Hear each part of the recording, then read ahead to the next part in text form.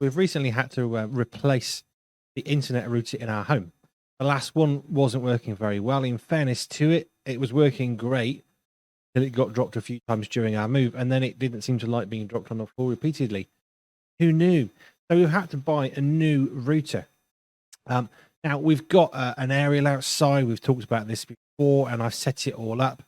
We've got a new Wi-Fi network with a new username and password and all that sort of stuff to go with the new router. And everything's been working. I've got to everybody's phones and I've set up the Wi-Fi. And anyway, I'd done everything. And then I had the call from one of my sons saying the printer isn't working. And I immediately go into, oh, great, that's no good. We like that printer and I really wish it hadn't died. And you go through some of the usual things of what's gone wrong, turn it off, turn it on. And then it occurred to me that there was a simple reason why it wasn't working.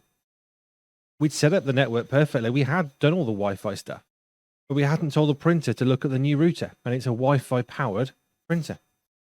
So although the computer was talking to the router and the router was talking to the printer actually didn't know it was being spoken to.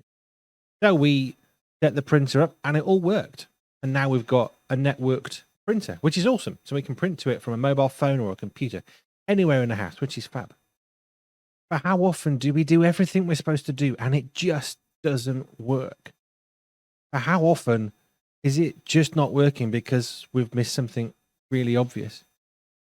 Maybe we've done this really good thing for God, but we forgot to ask God if he even wanted us to do it. And why haven't we got peace? Why isn't it working? We did this. It's really good, but it wasn't what God wanted. So we haven't got peace. It's an obvious one. But sometimes we miss the obvious because we've done so many things. We've rushed around and fixed this and sorted that and set this up. And we haven't actually taken the time to pause, go to God and say, is this what you want me to do, Lord? Just a thought.